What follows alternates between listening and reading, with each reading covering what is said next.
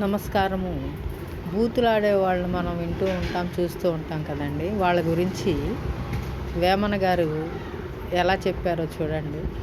బండ బూతులాడు పరమ నీచుండెన్న దండి వారి మేల్ని దానిరుగనే చందనంపు ఘనత పంది ఏ మెరుగను విశ్వదాభిరామ వినురవేమా.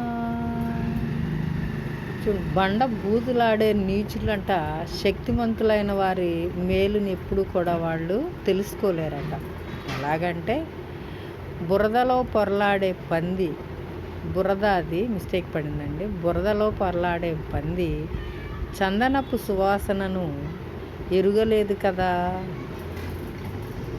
ఒక లైక్ ఇచ్చి షేర్ చేయండి, సబ్స్క్రైబ్ చేసి ఛానల్కి సపోర్ట్ చేయండి.